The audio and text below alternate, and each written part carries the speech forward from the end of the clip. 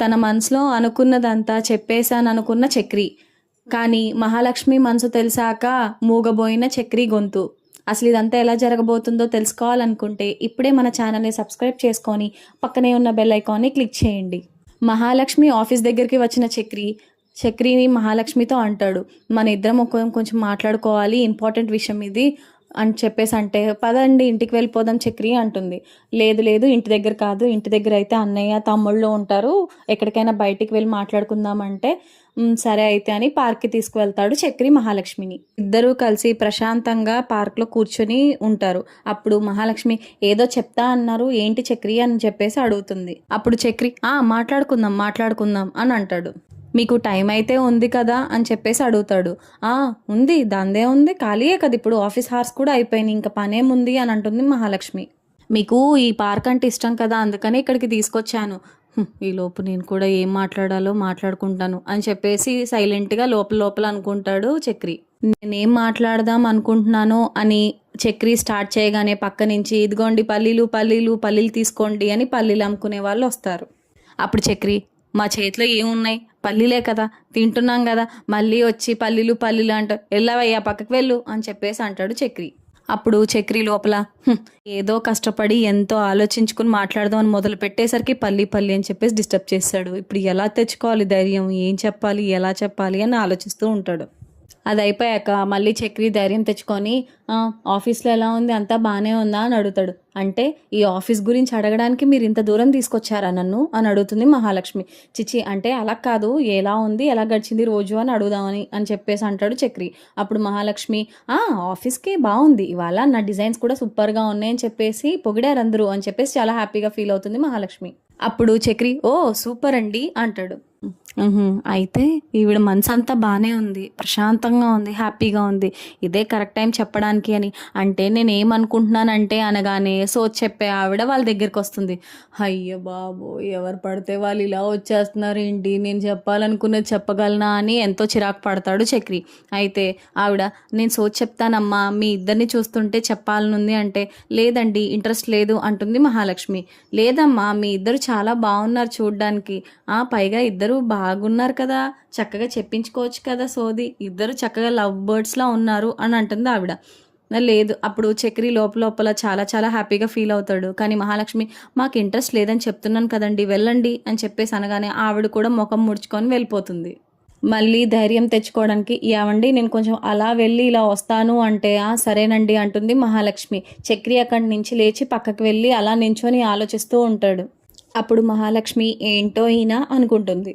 అప్పుడు చక్రి వచ్చి మళ్ళీ మహాలక్ష్మి పక్కన కూర్చుంటాడు. అప్పుడు మహాలక్ష్మి అంటుంది, ఏదో చెప్తా అన్నారు, అటు వెళ్తున్నారు ఇటు వెళ్తున్నారు, ఏదేదో ఆలోచిస్తున్నారు, ఏంటో చెప్పండి అని అంటుంది మహాలక్ష్మి చక్రిని. ఏంటేంటో అడుగుతున్నారు నన్ను, ఆఫీస్ బాగుందా, ఏం చేస్తున్నారు, ఇది ఎలా ఉంది, అది ఎలా ఉంటుంది, అసలు మీరు దేని గురించి పిలిచారో, అసలు ఏం మాట్లాడుతున్నారు, నిజం చెప్పండి, అసలు ఏం అడుగుదాం అనుకుంటున్నారు అడగండి అని చెప్పేసి అంటుంది మహాలక్ష్మి. నాకు ఒక ముఖ్యమైన విషయం మాట్లాడాలనుంది, అది ఎలా చెప్పాలో అర్థం కాక ఇంతలాగా నసుగుతున్నానండి, ఏమనుకోకండి అంటాడు చక్రి మహాలక్ష్మిని. అయితే మహాలక్ష్మి, మీరు ఇంకేమీ ఆలోచించకుండా అసలు ఏం చెప్దాం అనుకుంటున్నారో లేదంటే ఏం అడుగుదాం అనుకుంటున్నారో చెప్పండి అని అంటుంది. అదేం లేదండి, ఒకవేళ నేను చెప్పిన తర్వాత మీరు ఏమనుకుంటారనేదే నాకు భయంగా ఉంది, అంతకు మించి ఏమీ లేదు అంటే, అప్పుడు మహాలక్ష్మి ఏం పర్వాలేదు చెప్పండి, నేనేమనుకోను అంటుంది. మనకి పెళ్ళి ఎలా జరిగిందో మీకు బాగా గుర్తుంది కదా అని అంటాడు. అవును గుర్తుంది అంటే, తెలుసు కదండి, మన పెళ్ళి పోలీస్ స్టేషన్లో జరిగింది కదా, అది మీరు ఎలాగైనా తీసుకొని ఉండొచ్చు, కానీ నేను మాత్రం మిమ్మల్ని నా సొంత భార్యలాగే ఊహించుకున్నానండి, నా సొంత భార్య కిందే అనుకుంటున్నాను, అలాగే ఇది దేవుడు చేసిన పెళ్ళని నేను గట్టిగా నమ్ముతున్నానండి అంటాడు చక్రి. మీతో విడిపోవాలని ఏనాడు అనుకోలేదు, అసలు ఆ ఆలోచన కూడా రాలేదండి, మీరు నన్ను భర్తగా యాక్సెప్ట్ చేయండి, మీరు నా భార్య అని నేను ఎప్పుడో యాక్సెప్ట్ చేసేసానండి అంటాడు చక్రి. అప్పుడు మహాలక్ష్మి ముఖం మొత్తం ఏదో షాక్లో ఉండిపోతుంది. ఏంటండి ఏం మాట్లాడుతున్నారు అని అడుగుతుంది మహాలక్ష్మి. ప్లీజ్ అండి ప్లీజ్, నేను మొత్తం పూర్తి చేశాక అప్పుడు మీరు మాట్లాడండి, మీరు మళ్ళీ మధ్యలో మాట్లాడితే నాకేం చెప్పాలో అర్థం కాదు, నేను ఏం చేయాలో నాకు అసలుకే అర్థం కాదు, ప్లీజ్ అండి అని అంటాడు చక్రి. నేను మిమ్మల్ని అయితే నా భార్యగానే అనుకున్నానండి, నాకు మీరంటే చాలా ఇష్టం, మీరు చేసే ప్రతి పని ఇష్టం, కానీ మీకు నేనంటే ఇష్టమో లేదో నాకు తెలియదు, మిమ్మల్ని నేను ఎప్పుడు భార్యగానే అనుకున్నాను, ఏ రోజైతే మిమ్మల్ని మొదటిసారి చూశానో ఆ రోజే అనిపించింది మీరు నా సొంతమని, మీరు మా మనిషని. ఆ తర్వాత మిమ్మల్ని పెళ్లి చేసుకున్న ప్రతి క్షణం కూడా నేను చాలా సంతోషంగా ఉన్నాను. మీరంటే నాకు చాలా చాలా ఇష్టమండి. మా ఇంటికి మీరొక మహాలక్ష్మి. మిమ్మల్ని మా వాళ్ళు కూడా మహాలక్ష్మిలాగే భావిస్తారు. ఎందుకంటే మా ఇంటికి ఏ ఆడదిక్కు లేదండి. మా అమ్మ పోయిన తర్వాత అసలు మేము 5గురం అలా ఉండిపోయాము. కానీ మొదటిసారి మీరు రాగానే ఇంటికి ఒక కలొచ్చింది, ఒక వెలుగొచ్చింది. మీరంటే నాకు మహా ఇష్టం అండి. ఇంత విధంగా ఎప్పుడు నేను ఏనాడు ఇలా అనుకోలేదండి. అసలు ఏ ఏం చెప్పాలో కూడా నాకు అర్థం కావట్లేదు. మీరు సడన్గా డివోర్స్ అనేసరికి నాకేం చేయాలో అస్సలు పానుపోలేదండి. అందుకే నా మనసులో మాట మీకు చెప్పాలని ఎంతో ఎంతో ప్రయత్నించాను. ఇవాల్టికి కుదిరింది అంటాడు చక్రి. మీరు మాట్లాడే ప్రతి మాట, మీరు వేసే ప్రతి అడుగు, ప్రతీది కూడా నాకు మహా ఇష్టమండి. మీరు ఏం చేసినా పర్లేదు, మీరు ఎలా ఉన్నా పర్లేదు. నాకు మీరు ఎలా ఉన్నా ఇష్టం. మీ నిజాయితీ ఇష్టం, మీరు మాట్లాడే విధానం ఇష్టం, మీరు మా కోసం అండగా ఉండే భావన అన్నీ చాలా ఇష్టం. కానీ మీకు నేను నచ్చుతానో నచ్చనో అని లోపల లోపల చాలా బాధపడుతున్నాను నేను. నాతో పాటు ఉండిపోండి, నా భార్యగా, మా ఇంటికి మహాలక్ష్మిగా మీరు ఉండిపోతే నాకు చాలా సంతోషంగా ఉంటుంది. మా కుటుంబాన్ని ఎంతోమంది ఎన్నో మాటలన్నారు, అలాగే ఎంతో దెప్పి పొడిచారు. మీకేం తెలుసు, మా నాన్నని, మా అన్నని, అలాగే మా తమ్ముళ్ళకి కూడా చాలా చేశారు.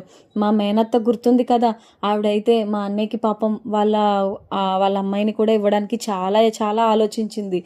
కానీ ఒక్కసారి మరి ఎవరి మాటలు విందో, లేదంటే మేమంటే ఇష్టమే లేదో తెలియదు, కానీ ఆవిడ ఆ అమ్మాయిని కూడా ఇవ్వడం మానేసింది. అప్పుడు మా అన్నయ్య ఎంత బాధపడ్డాడో.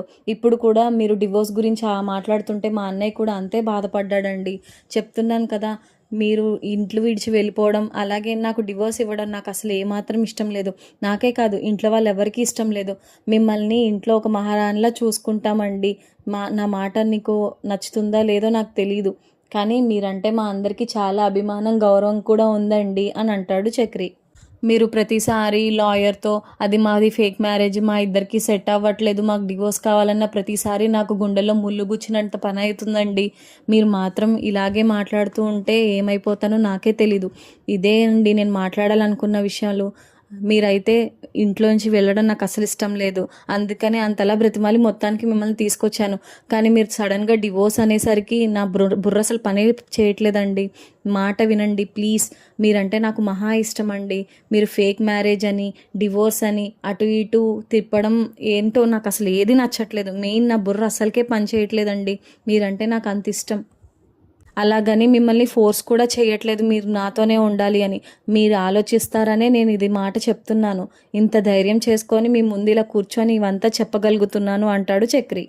మీకు కూడా నేనంటే ఇష్టమే, నీతోనే ఉంటాను అని చెప్తారని నేను వెయిట్ చేస్తున్నానండి. నేనైతే మన పెళ్ళి నిజమైన పెళ్ళనే ఊహించుకున్నాను, అలాగే ఆ దేవుడు చేసిన పెళ్ళనే అనుకున్నాను. నా మనసులో అయితే ఇదే ఉందండి. మిమ్మల్ని అయితే నేను బాగా చూసుకోగలుగుతానండి. మీకు ఏ కష్టం రానివ్వను, మీ మాటకి ఎదురు చెప్పను. ప్లీజ్ అండి, ఆలోచించుకుని చెప్పండి అంటాడు చక్రి. మీరు నాతో ఉండాలి, అలాగే నేను మీతో ఉండాలి అని ఎంతో ఆశపడుతున్నానండి. ఏమండి, నేనేమైనా తప్పుగా మాట్లాడానా అని అడుగుతాడు చక్రి. అప్పుడు మహాలక్ష్మి, లేదండి, నాకెందుకో నేను ఆలోచించుకోకుండా ఇలా డివోర్స్కి గురించి అప్లై చేశానేమో అనిపిస్తుందండి. మీరు నన్ను ఇంతలాగా ప్రేమిస్తున్నారని నేను అసలు అనుకోలేదు. ఏదో మనది ఫేక్ మ్యారేజ్ అనిపించిందండి. పెద్దల ఆశీర్వాదం లేకుండా జరిగిందన్న థాట్తో నేను ఇలా మాట్లాడాను. మీరు నన్ను ప్రేమిస్తున్నారు అని చెప్పేసి నాకు అసలు ఏమీ తెలియదండి. ఏదో ఫేక్ మ్యారేజ్ కదా, ఇంకా అలా ఉంటున్నారు అనిపించింది. నాకు అసలు ఇది ఏమీ తెలీదు అని చెప్పేసి అంటుంది మహాలక్ష్మి. అంతేకాక మీరు మొత్తం అసలు మీ జీవితం గురించి ఆలోచించుకోకుండా నేను అడిగానన్న ఒక్క మాటకి నా మెడలో తాళి కట్టేసి మీ లైఫ్ అంతా సాక్రిఫైస్ చేశారు. నాకు చాలా గిల్టీగా ఉందండి. ఇదంతా నేను అసలు ఆలోచించనే లేదు. నాకు అనగానే పక్కన ఎవరో అరుపు వినబడుతుంది. ఇంతకీ పాపం చక్రి ఇదంతా ఊహించుకుంటాడు. తను ప్రపోజ్ చేసినట్టు, మహాలక్ష్మి యాక్సెప్ట్ చేసినట్టు డివోర్స్ ఇవ్వదు అనుకుంటాడు. కానీ ఇంతకీ ఇదంతా చక్రి ఊహ. ఇంతకీ మహాలక్ష్మితో చక్రి ఏ మాట మాట్లాడలేదు. వెళ్ళి అక్కడి నించోని ఇదంతా ఊహించుకుంటాడు పాపం. పక్కన ఒక కపుల్ ఇద్దరు ఆర్గ్యుమెంట్ చేసుకుంటూ ఉంటారు. అది చూసి చక్రి, ఇదంతా నా కళ, నేను ఇంతకీ మహాలక్ష్మి గారితో ఏమీ చెప్పలేదా, ఇదేంటి, చిచ్చి, మరీ ఇంత పిరికివాళ్ళ అయిపోతున్నానేంటి అనుకుంటాడు చక్రి లోపల. మహాలక్ష్మి తను కూర్చున్న చోటు నుంచి లేచి చక్రి దగ్గరికి వచ్చి, ఏవండి ఆ పక్కన ఎవరో గొడవ పడుతున్నారు, ఒకసారి వెళ్ళి చూసొద్దాము ఏం జరిగిందో పాపం అంటుంది మహాలక్ష్మి. అదంతా మనకి ఎందుకండి, మనం మనం వాళ్ళ మధ్యలోకి వెళ్ళడం అసలు కరెక్ట్ కాదు అంటాడు చక్రి. ఆహా లేదండి, పాపం ఏ ఏ కష్టం వచ్చిందో మనం వెళ్ళి కొంచెం సహాయం చేద్దాము అంటుంది మహాలక్ష్మి. వాళ్ళిద్దరూ కలిసి వాళ్ళ వైపు వెళ్తూ ఉంటారు. కానీ చక్రి మాత్రం లోపల, ఏమీ చెప్పలేదా నేను, మంచి ఛాన్స్ మిస్ చేసేసుకున్నానా, ఇదేమో దరిద్రంగాని చచ్చా అని చెప్పేసి లోపల లోపల చాలా చాలా ఆలోచించేస్తాడు. తీరా చూస్తే అక్కడ చక్రి వాళ్ళ ఫ్రెండ్ అలాగే వాళ్ళ లవర్ ఇద్దరు గొడవ పడుతూ ఉంటారు. ఏవండి వీడు నా ఫ్రెండ్ అండి, వెళ్ళి మాట్లాడదాం అని చెప్పేసి అంటాడు మహాలక్ష్మితో చక్రి. వెళ్ళి అసలు అడుగుదాం ఏమైందో ఏంటో అని చెప్పేసి అంటాడు చక్రి. రేయ్ ఎలా ఉన్నావురా, ఇదేంటి ఇక్కడేం చేస్తున్నావు అని అడుగుతాడు చక్రి వాళ్ళ ఫ్రెండ్ని. అప్పుడు చక్రి వాళ్ళ ఫ్రెండ్, రే చక్రి నువ్వా, ఏం లేదురా, తినతో ఒక చిన్న గొడవ, ఒక ఆర్గ్యుమెంట్ జరుగుతుంది, అందుకే ఇక్కడికి వచ్చానురా అని చెప్పేసి అంటాడు. తిను నా వైఫ్ మహాలక్ష్మి అంటాడు చక్రి. ఓ నమస్తే అండి అంటే, నమస్తే అంటుంది మహాలక్ష్మి. అంటే నా వైఫ్ అని చెప్పినా సరే ఏం అనలేదేంటి, నేనంటే ఇష్టమే మహాలక్ష్మికి అని చెప్పేసి అనుకుంటాడు లోపల చక్రి. సరే గాని అసలు గొడవ ఏంటి, ఎందుకంత గట్టిగా అరుస్తున్నావు తన మీద అని చెప్పేసి అడుగుతాడు చక్రి. అయితే ఆ అమ్మాయి ఏమో ఏడుస్తా ఉంటుంది. పాపం తనేమో ఏడుస్తుంది, ఏమైందిరా అని అడుగుతాడు చక్రి. సరే పద అలా పార్క్ దగ్గర అక్కడ కూర్చొని మాట్లాడుకుందాం అని చెప్పేసి నలుగురు కూర్చుంటారు. చక్రి ఆ అమ్మాయికి కొన్ని వాటర్ ఇచ్చి, ఇదిగో అమ్మ కొన్ని వాటర్ తాగు అని చెప్పేసి ఇస్తాడు. ఆ అమ్మాయి వాటర్ తాగిన తర్వాత అసలు ఏమైంది ఇప్పుడు చెప్పు అని అడుగుతాడు చక్రి వాళ్ళ ఫ్రెండ్ని. ఈ అమ్మాయి నా లవర్ రా, 3 yearsగా తెలుసు, 2 years నుంచి లవ్ చేసుకుంటున్నాం, నేనేమో తినని పెళ్లి చేసుకుందాం అనుకుంటున్నాను, తినేమో నాకు ఇంకా ఇప్పుడప్పుడే కాదు ఇంట్రెస్ట్ లేదు అంటుందిరా. అప్పుడు చక్రి ఆ అమ్మాయితో, ఏమండి నా ఫ్రెండ్ చాలా మంచివాడు, అతనితో మ్యారేజ్ ఎందుకని వద్దంటున్నారు అని చెప్పేసి అడుగుతాడు ఆ అమ్మాయిని. అప్పుడు ఆ అమ్మాయి, అలా కాదన్నయ్య, నాకెందుకో మా ఇద్దరికి సెట్ అవ్వట్లేదు అనిపిస్తుంది అని చెప్పేసి అంటుంది. కరెక్ట్గా ఆ మాటలు మహాలక్ష్మియే అంటున్నట్టు అనిపిస్తుంది చక్రికి. అప్పుడు వాళ్ళ ఫ్రెండ్, అదే కదరా చెప్పేది, 3 సంవత్సరాల నుంచి లేనిది ఇప్పుడు పెళ్ళి అనగానే సెట్ అవ్వట్లేదు ఇది అవ్వట్లేదు అంటే నాకు ఎలా ఉంటుంది, నువ్వే చెప్పు, నేనెంత ప్రేమిస్తున్నానో దీనికి ఏమైనా అర్థమవుతుందా అని చెప్పేసి అంటాడు వాళ్ళ ఫ్రెండ్. 3 years కలిసి ఉంటున్నామంటే దానికి అర్థం అది కాదు, నేను తన్ని ఫ్రెండ్గానే చూశాను, తనంటే నాకు ఇంట్రెస్ట్ లేదు, పెళ్ళి దాకా కాదు, తన ఫ్రెండ్ అంటే ఓకే, కానీ పెళ్ళి చేసుకొని తనతో లైఫ్ అంటే నేను అసలు అనుకోలేదన్నయ్య అంటుంది ఆ అమ్మాయి. తను లవ్ చేస్తున్నాడని చెప్పాడు, బాగానే ఉంది, కానీ నేను తనని అసలు అలా అనుకోలేదు, తనకి ఈ మాట చెప్తుంటే అసలు నమ్మట్లేదు అవ్వట్లేదు, ఏమైనా అంటుంటే మళ్ళీ రివర్స్లో నన్నే అంటున్నాడు, అంటే ఈ 3 సంవత్సరాలు నువ్వు నన్ను వాడుకున్నావా అన్నట్టు మాట్లాడుతున్నాడు, నేను చెప్పింది ఏంటి, తన ఫ్రెండ్లా అనుకున్నాను, తనకి నాకు అసలు సెట్టే అవ్వదు, అదే చెప్తుంటే తినేమో నా మీద పడిపోతున్నాడు, తెగ అరుస్తున్నాడు నా మీద అంటుంది అమ్మాయి. అంటే నా లవ్ అంతా బూడిదలో పోసిన పన్నీరేనా అని చెప్పేసి అడుగుతాడు తన ఫ్రెండ్. అది నాకెలా తెలుస్తుంది అని అంటుంది తిను. ఈ మాటలన్నీ వింటూ చక్రి మహాలక్ష్మి వైపు చూస్తూ ఉంటాడు. అయినా ఇదేంటి మా సిచ్యువేషన్ లానే ఉంది, అయ్య బాబోయ్ అని చెప్పేసి అనుకుంటాడు చక్రి. ఇప్పుడు ఏం చెయ్యాలి అనుకుంటాడు. నాకు నువ్వంటే చాలా ఇష్టం అని చెప్తున్నాను, కానీ నువ్వేంటి అని చెప్పేసి అంటాడు చక్రి వాళ్ళ ఫ్రెండ్. అయితే తను అంటుంది, నేను ఎప్పుడో చెప్పాను నాకు ఏ ఇంట్రెస్ట్ లేదని, నేను నేను ఫ్రెండ్గానే భావించానని, నువ్వేమో నేను నేను లవ్ చేస్తున్నాను, నువ్వు అంటే నాకు చాలా ఇష్టం అంటూ ఉంటే నేనేం చెప్తాను అని అంటుంది తను. అయినా మన ఇద్దరికి సరికాదు అని చెప్పేసి అంటుంది. అయితే ఏం సరికాదు, నేను చాలా ప్రేమిస్తున్నాను, నేను చాలా బాగా చూసుకుంటున్నాను, ఆ తర్వాత పెళ్లి కూడా చేసుకుంటానని చెప్తున్నాను కదా అంటాడు. అంటే దాని అర్థం ఏంటి, నేనా, ఏమీ లేదు, నాకు చదువు లేదు, ఇంగ్లీష్ రాదు, ఏమీ రాదు, ఏదో చిన్న చిన్న పనులు చేసుకుంటూ ఉంటాను, అదే దానికి కారణం, తినేంటంటే చక్కగా చదువుకుంది, జాబ్ చేస్తుంది, అదే మా ఇద్దరికి వ్యత్యాసం, నాకు అదే అర్థమవుతుంది అని చెప్పేసి అంటాడు. పైగా నాకు సరైన ఇల్లు కూడా లేదు, అదే కారణం, అదే కదా చెప్తున్నాను, అదే కారణమై ఉండొచ్చు అని చెప్పేసి అంటాడు తన ఫ్రెండ్. ఇదేంట్రా, నేను నా మనసులో ఉన్న మాటలన్నీ వీడు చెప్తున్నాడు, నేను వీడితో చెప్దాం అనుకుంటే నా ఫ్రెండ్ నాతో చెప్తున్నాడు, ఇదేదో మా సిచ్యువేషన్లా కరెక్ట్గా సింక్ అవుతుంది అనుకుంటాడు చక్రి మనసులో.